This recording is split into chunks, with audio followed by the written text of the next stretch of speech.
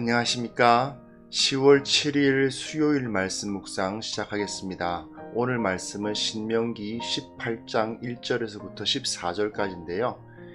이 제사장의 문제와 종교 행위의 문제를 다루고 있으면서 이스라엘이 어떤 정체성을 가져야 되는가를 밝혀주는 본문입니다. 이 본문 통해서 우리가 그리스도인으로서 어떻게 살아야 될 것인가, 그리고 또 우리가 살아가고 있는 이 사회를 어떻게 만들어 갈 것인가, 또 내가 섬기는 교회를 어떤 방향으로 이끌어 가기를 기도할 것인가, 이런 것을 한번 생각해 보는 시간 되었으면 좋겠습니다. 그런 말씀을 함께 보겠습니다.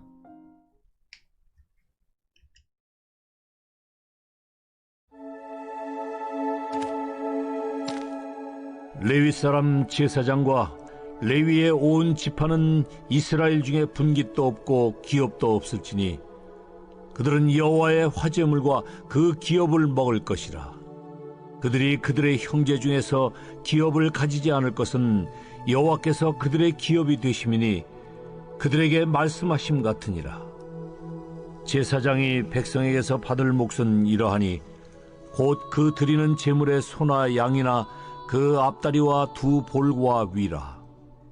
이것을 제사장에게 줄 것이요 또 내가 처음 거둔 곡식과 포도주와 기름과 내가 처음 깎은 양털을 내가 그에게 줄 것이니 이는 네 하나님 여호와께서 네 모든 지파 중에서 그를 택하여 내시고 그와 그의 자손에게 항상 여호와의 이름으로 서서 섬기게 하셨음이니라. 이스라엘 온 땅 어떤 성읍에든지 거주하는 레위인이 간절한 소원이 있어 그가 사는 곳을 떠날지라도 여호와께서 택하신 곳에 이르면 여호와 앞에 선 그의 모든 형제 레위인과 같이 그의 하나님 여호와의 이름으로 섬길 수 있나니 그 사람의 몫은 그들과 같을 것이요 그가 조상의 것을 판 것은 별도의 소유이니라. 내 하나님 여호와께서 내게 주시는 땅에 들어가거든 너는 그 민족들의 가증한 행위를 본받지 말 것이니 그의 아들이나 딸을 불가운데로 지나게 하는 자나 점쟁이나 기륭을 말하는 자나 요술하는 자나 무당이나 진언자나 신접자나 박수나 초혼자를 너희 가운데 용납하지 말라. 이런 일을 행하는 모든 자를 여호와께서 가증히 여기시나니 이런 가증한 일로 말미암아 내 하나님 여호와께서 그들을 내 앞에서 쫓아내시느니라. 너는 네 하나님 여호와 앞에서 완전하라. 네가 쫓아낼 이 민족들은 기륭을 말하는 자나 점쟁이의 말을 듣거니와 네게는 네 하나님 여호와께서 이런 일을 용납하지 아니하시느니라.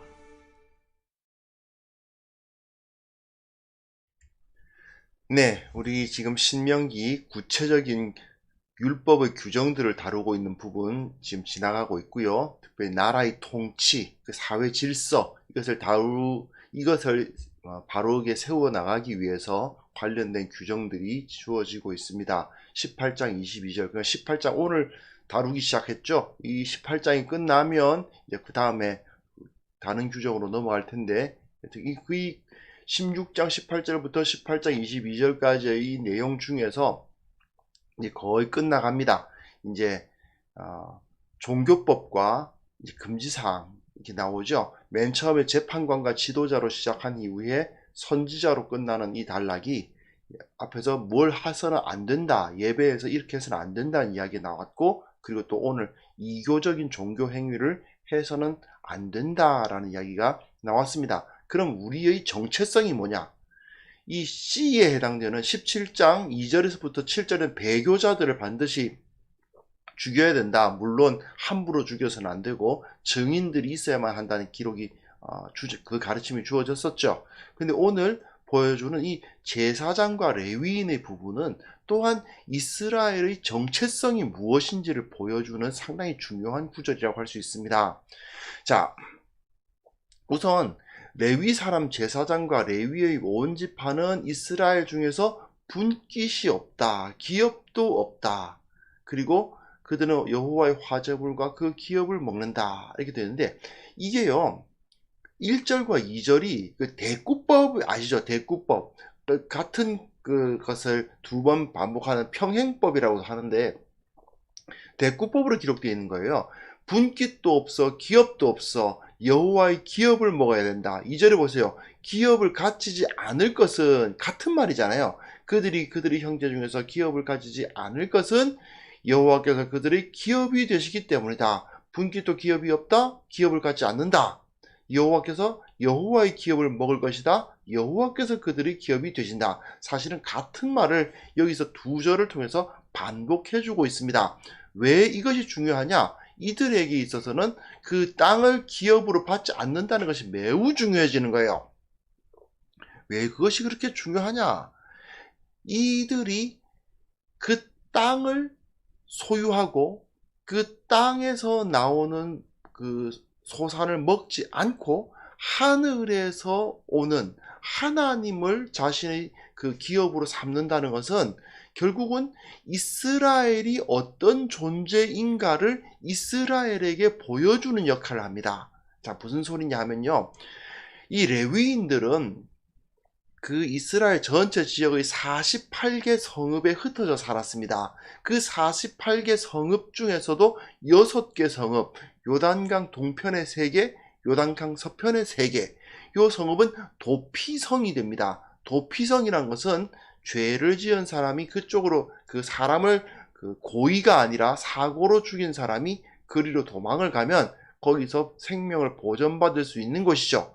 구원을 상징적으로 보여주는 그러한 성읍입니다. 또한 48개 성읍에 흩어져 살았던 레위인들은 그곳에서 땅을 소유하고 그 땅에서 농사를 짓거나 목축을 했던 그 이스라엘 백성들의 그 종교적 필요성이 있죠. 신앙적 필요성이 있지 않습니까? 그 신앙적 필요성이 생겼을 때 이 사람들은 저 멀리까지 그 성소가 있는 성막이나 성전이 세워져 있는 곳까지 가기보다는 그렇게 큰 일은 아닐 경우에는 가까운 레위인이 사는 성읍을 찾아가서 레위인을 찾아서 그들의 신앙적 필요를 채우고 뭐 질문할 것이 있으면 질문하고 말씀에 뭐라고 되어 있는지 잘 모르겠으면 물어보기도 하고 뭐 그런 역할을 레위인들은 감당했을 거예요. 그 가운데에서 이 사람들은 그 땅의 소산을 먹지 않는다는 것이 매우 중요한 겁니다. 왜냐?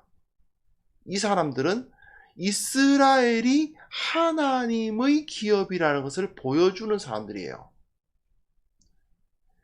온 세상에 여러 민족들이 있지 않습니까? 온 세상에 여러 민족들이 있는데 그 민족들 중에서 이스라엘이 선택을 받았습니다. 어떤 민족으로요? 제사장 나라로서 선택을 받았습니다. 그래서 이스라엘 백성들은 이 세상에 속하지 않아요.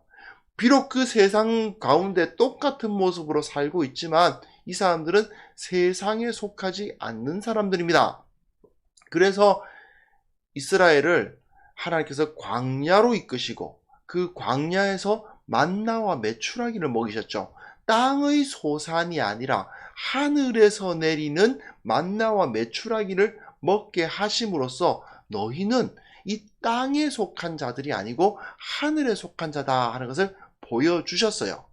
자, 그런데 온 세상 가운데 있는 이스라엘, 그 온 세상의 다른 민족들과 이스라엘의 관계는 그 이스라엘과 레위족 지파들의 관계와 비슷해요.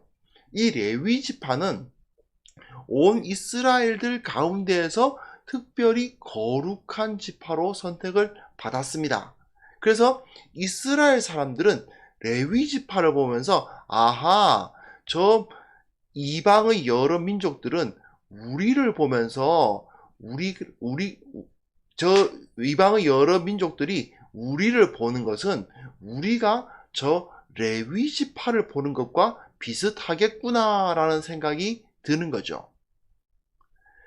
이스라엘은 원래 세상에서 특별한 존재입니다. 제사장 나라거든요. 근데 레위 지파는 그 이스라엘 지파가 또한 이 세상에서 어떤 존재인가를 이스라엘 사람들에게, 나머지 12지파 사람들에게 보여주는 거예요.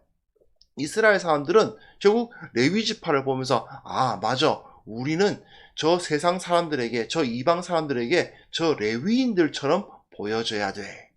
저 레위인의 역할을 우리가 이 불신 이방민족들에게 하고 있는 거야 하는 것을 나타내는 거죠. 그럼 제사장들은요. 제사장들은 그 레위인들 가운데서도 특별히 거룩하게 선택감을 받은 집안이죠. 그래서 제사장, 레위인, 이스라엘 12지파, 그리고 온 세상의 여러 민족들, 이렇게 거룩의 단계가 세워집니다. 불신자, 이방 민족들은 이스라엘을 보면서 하나님을 알게 되죠. 하나님께서 저들을 먹이신다는 사실을 깨달으면서 하나님을 알게 되고, 이스라엘은 레위지파를 보면서 하나님을 알게 되고, 레위지파는 제사장들을 보면서 하나님을 알게 되는 그러한 단계가 이 가운데 만들어져 가는 겁니다. 이때 중요한 게 뭐냐? 세상의 땅이 너희들이 농사지어서 목축을 해서 먹고 사는 게 아니고, 네가 먹고 사는 것은 하나님이 먹여주시고 하나님이 채워주시는 거지, 너의 힘으로, 이 땅의 힘으로 먹는 것이 아니다라는 것을 기억하라는 것입니다. 땅이 나에게 먹을 것을 준다고 자꾸 생각하니까 사람들이 어떻게 되느냐? 그 땅의 신인 아세라 신을 섬기겠다고 해요. 물론 아세라 여신이, 그 아세라 여신이 있어서가 아니고, 그런 신이 실제로 존재하기 때문이 아니고, 그 땅을 신으로 삼고 섬긴단 말이에요. 하늘에서 내리는 비를 맞아야 되니까 바알을 섬기고, 그 비와 땅이 나와서 그 농사가 지어져야지 내가 먹고 산다고 생각하니까 자꾸 바알과 아세라를 섬기는 거예요. 하지만 하나님은 그게 아니다. 이 땅의 소산이 너를 먹여 살리는 것이 아니다. 사람이 떡으로만 살 것이 아니라 하나님의 입에서 나오는 모든 말씀으로 인하여서 산다 하는 것을 계속해서 가르치시죠. 그 이스라엘이 광야에서 40년을 보낸 이유가 무엇입니까? 네가 사람이 떡으로만 사는 것이 아니라 하나님의 입에서 나오는 모든 말씀으로 산다는 사실을 알도록 하기 위해서, 그래서 하나님께서는 이스라엘이 그 길을 걸어가게 하시지 않았습니까? 바로 그 아이덴티티, 그 정체성을 알게 하는 거죠. 이게 바로 제사장과 레위인의 존재의입니다. 그러면 제사장은 레위인에게 어떤 역할을 해야 돼요? 하나님이 생각나게 하는 역할을 해야 됩니다. 레위 족속들은 이스라엘에게 어떤 역할을 해야 되겠습니까? 마찬가지죠. 하나님을 기억하게 하는 역할을 해야 됩니다. 이스라엘 족속들은 이 이방 민족들에게 어떤 역할을 합니까? 살아계신 하나님을 깨닫게 하는 역할을 하는 겁니다. 그게 바로 거룩한 백성들의 존재의입니다. 그게 바로 정체성인 거죠. 그래서 여기 보시면, 근데 제사장이 어떻게 살아야 되느냐 하는 것이 나타나는데, 제사장이 백성에게 받을 몫은 이러하니 그 제물 소, 양, 앞다리, 두 볼, 위 이걸 받아라, 그렇게 되어 있어요. 그리고 처음 거둔 곡식과 포도주와 기름과 처음 깎은 양털을 그에게 줄 것이다, 이렇게 기록되어 있는데, 이게 뭐냐? 나름대로 이제 그 보수가 정해져 있어요. 그 수입의 몇 퍼센트는 제사장 거다, 이렇게 사실은 딱 규정되어 있는 몫이 있습니다. 나름대로 이 당시에는 그 돈으로 하는 게 아니니까 재물이 어느 부분은 제사장에게 돌린다.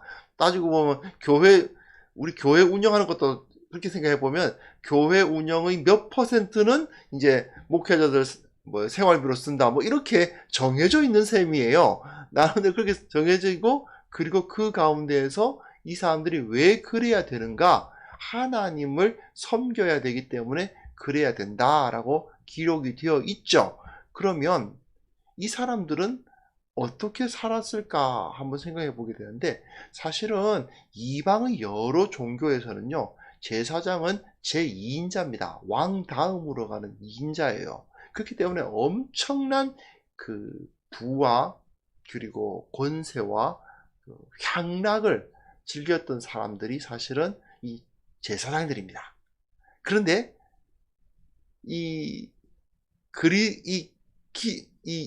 이스라엘의 제사장들은 그랬을 것 같진 않아요.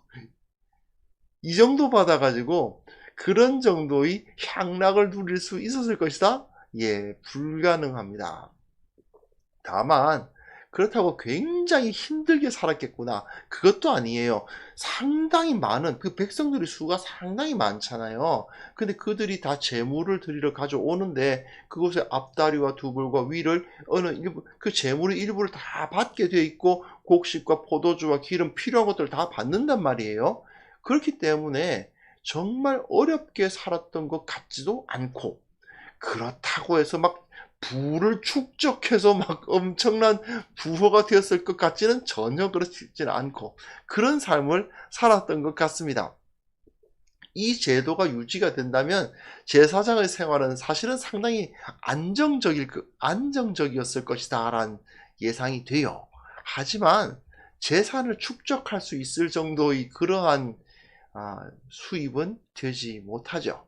이렇게 함으로써 이 제사장은 결국은 하나님께서 주시는 만나와 메추라기를 먹었던 그 과거의 이스라엘 모습을 다른 나머지 12지파 그 가나안 땅에 정착해서 지금은 땅의 소산을 먹고 있지만, 제사장들의 모습을 보며 맞아, 우리 조상들은 저 광야에서 만나와 메추라기를 먹었었지 하는 것을 기억하게 하는 역할을 제사장들은 감당했던 겁니다. 그리고요, 6절부터 8절까지 내용 보시면 이제 레위인 이야기가 있어요. 레위인들 중에서 제사장이 있지 않습니까? 근데 레위인이 48개 도성에 흩어져 살거든요.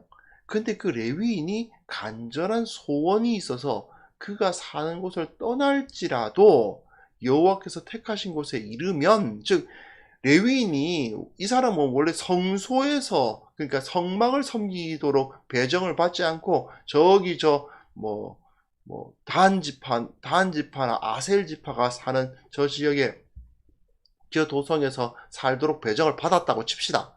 근데 이 사람이 그곳을 떠나서 정말 간절한 소원이 있어서 그곳을, 원래 자기가 살던 그 성읍을 떠나서 예루살렘이나 또는 다른 시온이나 기럇 여아림이나 이런 하나님의 성소가 있었던 그곳에 와서 성소를 섬기고자 하면, 아니 너는 네가 배정받은 곳은 거긴데 왜 이쪽으로 오느냐 라고 할 수가 없다는 겁니다. 레위인은 그 간절한 소원에 의해서 자기 그 성읍을 떠나서 자기가 섬기고 싶은 그곳에서 섬길 수가 있어요. 즉 자기 땅을 떠나도 레위인인 겁니다. 자기는 원래 이곳에 배정받은 사람이 아니지만 다른 지역에 가서도 여전히 이 사람은 레위인인 겁니다. 이게 왜 중요하냐 하면요, 레위인은 그 자기가 사는 성읍에 묶이지 않아요. 즉 땅에 속한 사람이 아니라는 겁니다. 물론 이걸 실제적으로 운영하면, 아니 그러면 전부 다 저희 성소에서 섬기고 싶지 않겠나? 그럼 48개 성읍에 흩어져 살았던 그 레위인들이 다 나도 성막에서 섬길래, 나도 성전에서 섬길래 하고 오면 어떡하냐? 그런 문제도 있는데, 사실 이 본문만 가지고는 그걸 어떻게 했을까는 잘 모르겠어요. 그건 나타나지 않습니다. 그러나 중요한 건 뭐냐? 여기선 그 운영 방법이 중요한 게 아니고, 레위인 역시 그 성읍에 살도록 배정을 받았으나 그 성읍, 그 땅에 속하지 않았다. 땅에 속한 사람이 아니고 하늘에 속한 사람이다. 하나님께 속한 사람이다 하는 것을 여기서 보여주는 겁니다. 그래서 그 위에 자기가 몫이 어떻게 있고 그곳에서 자기 곳을 떠나서도 똑같은 그 사역의 몫을 받을 수 있고 하는 것이 여기서 규정되어 있는 거죠. 자, 이런 이야기들이 나오면서 이걸 가지고 이제 어떤 분들은, 봐라, 목사들은 다른 그 직업을 가져서는 안 된다, 이렇게 간단하게 적용을 해버리시는 분도 있는데, 자, 다시 한번 말씀드리지만 우리는 율법으로부터 자유로워졌습니다. 예수 그리스도에 의해서. 그러니까 이 율법의 규정에 의해서 목사들은 다른 직업 가지면 안 돼, 이렇게 말할 수가 없습니다. 그러나 또한 목사들이 다른 직업을 가져서는 안 된다고 말할 수 없으나 이걸 보면 또 다른 생각이 들죠. 과거에 이렇게 제사장과 레위인들이 이렇게 자신의 그 기업을 갖지 못하고 하나님의 그 성소를 자신의 수익으로 삼았던 모델이 왜 했을까?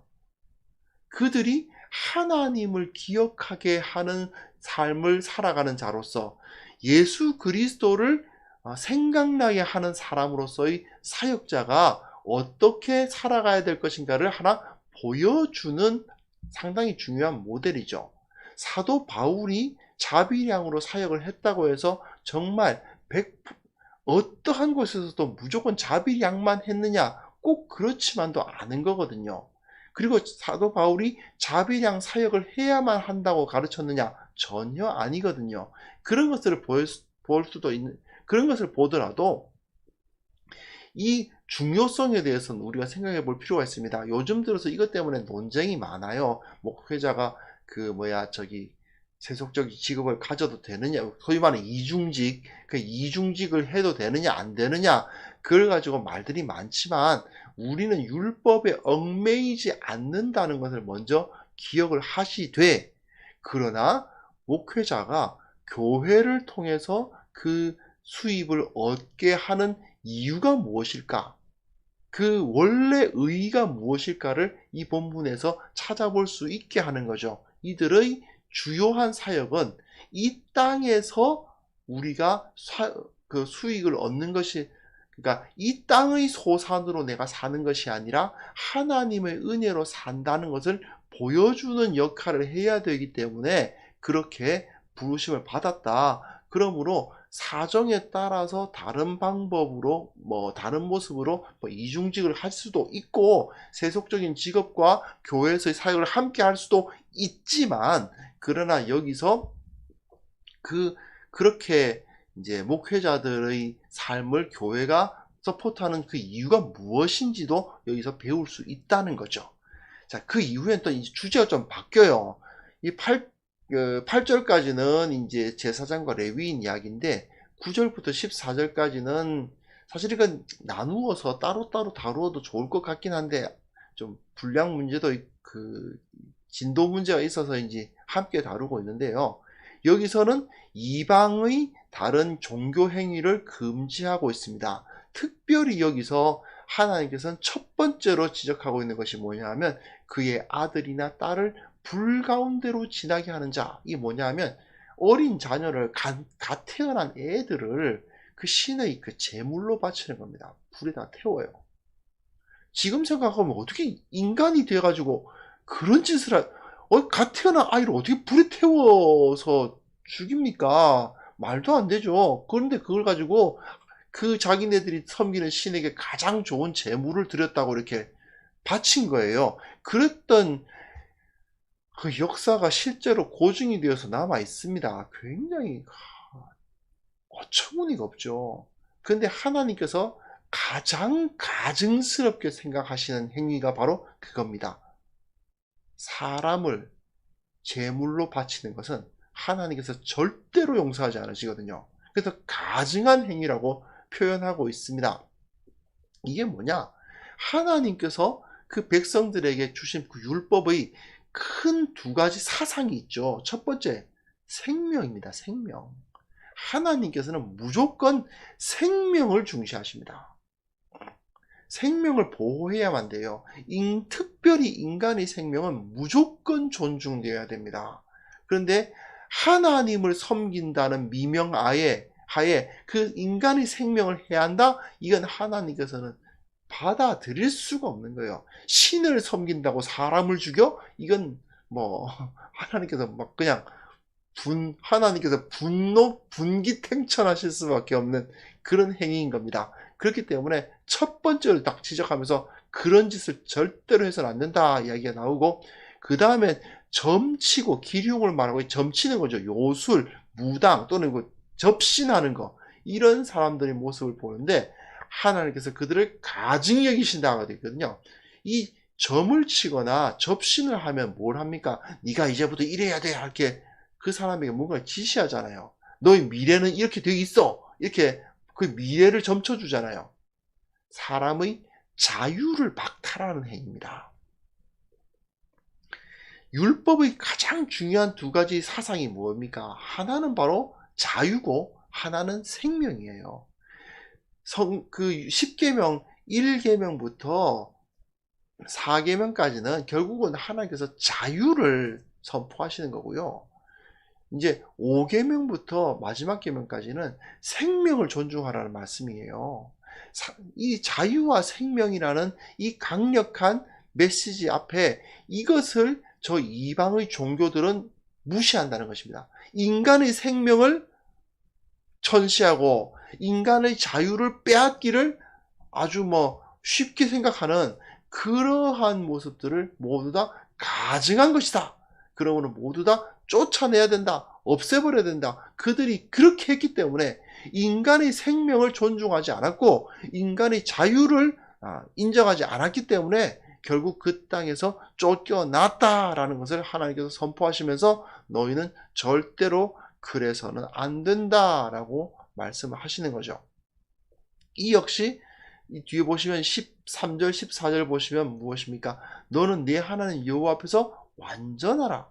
네가 쫓아낼 이 민족들은 길흉을 말하는 자나 점쟁이의 말을 듣지만 무엇입니까? 이 땅에 속한 자들, 이 세상에 속한 자들의 말을 듣지만 네 하나님 여호와께서는 이런 말을 용납하지 아니하신다. 너희는 이 땅에 속한 자들이 아니다. 세상에 속하지 않았다. 그 가나안 땅에 들어갔지만 가나안 땅의 신을 섬겨서는 안 된다. 그 말인 거죠.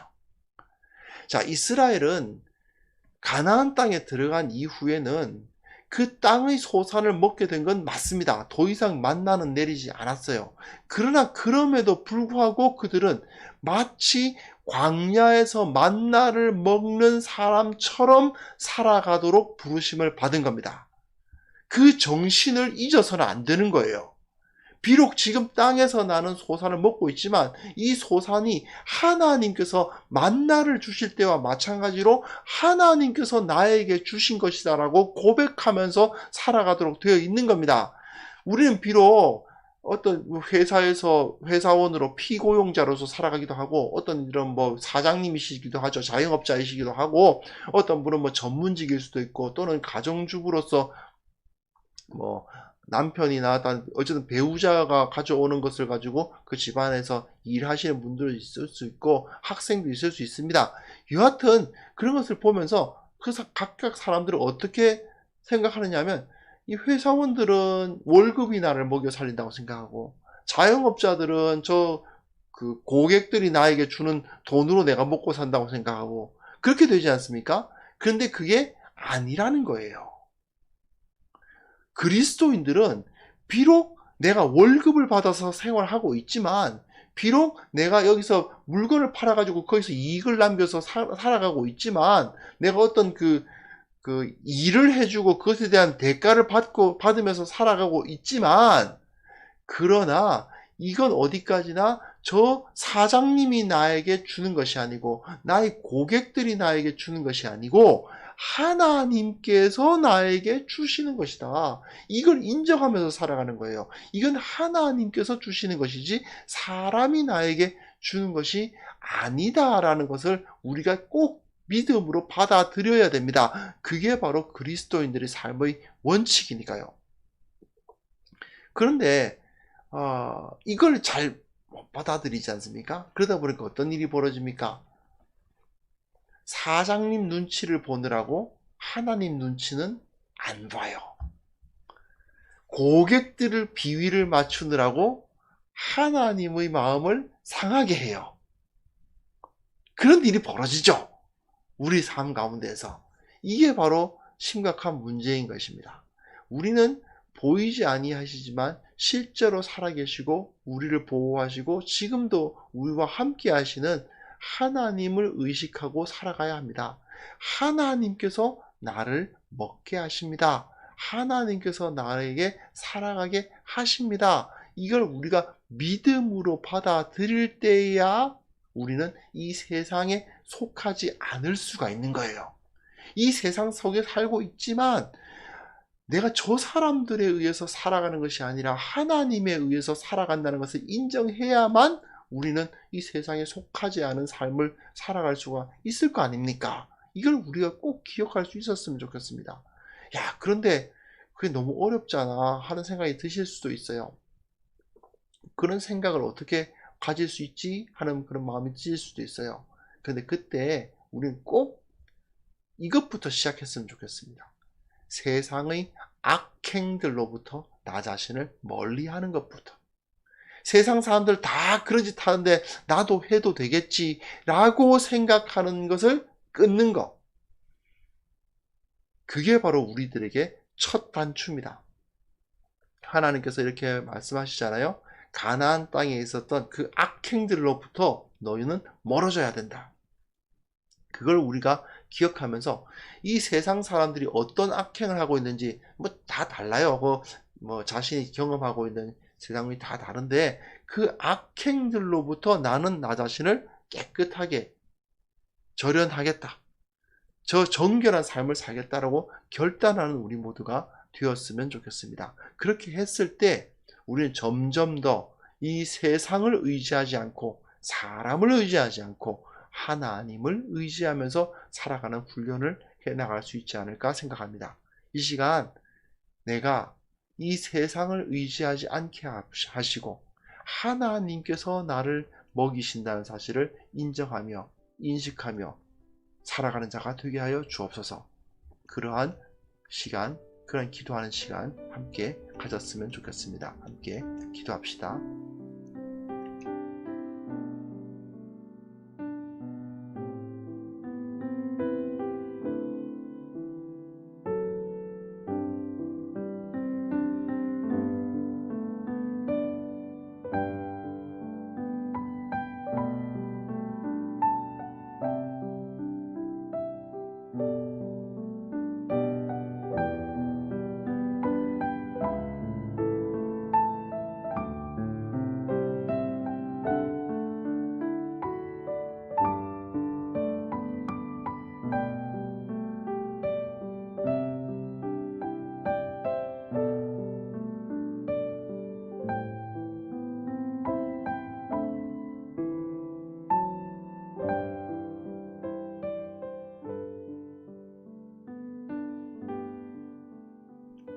그렇습니다. 하나님 아버지, 이제껏 내가 살아간 것이 하나님의 은혜입니다. 참으로 하나님께서 나를 먹이셨고 하나님께서 나의 모든 것을 채우셨음을 고백합니다. 아버지 하나님, 우리가 이 불신자들 앞에서 제사장 나라의 역할을 감당해야 되겠습니다. 거룩한 성도로서 살아가야 되겠습니다. 그것을 위해서는 내가 저 사람들에 의해서 살아가는 것이 아니라 하나님께서 나를 살리고 계신다는 사실을 믿고 살아가게 하여 주옵소서. 두려워하지 않도록 도와주시고 오직 하나님을 의뢰하며 살아가게 하여 주시옵소서. 하나님께서 매일 나의 필요한 것을 채우고 계시고 나를 위험으로부터 보호하고 계신다는 사실을 몸으로 느끼며 참으로 정말 하나님께서 나를 도와주고 계시구나 하는 것을 체험하며 살아가는 자들이 되게 하여 주옵소서. 하나님 아버지, 이 땅의 모든 교회가 이제 거룩함을 회복해야 되겠습니다. 세상 속에 있지만 세상에 속하지 않은 공동체, 그 교회의 정체성을 회복할 수 있도록 주님 도와주옵소서. 지금 교회가 많은 비난과 조롱 가운데 있으나 우리는 세상에 속하지 아니하였다고 고백하며 세상을 두려워하지 아니하며 세상의 비위를 맞추다가 하나님의 마음을 아프게 하는 어리석은 자들 되지 않도록 주님 붙들어 주시고 오직 주님 앞에 거룩하게 살아가게 하여 주옵소서. 하나님 아버지, 오늘 하루를 주님 앞에 의탁합니다. 주님께서 도우시고 주님께서 인도하시고 주님께서 채워주시는 하루가 되게 하여 주옵소서. 예수님의 이름으로 기도합니다. 아멘.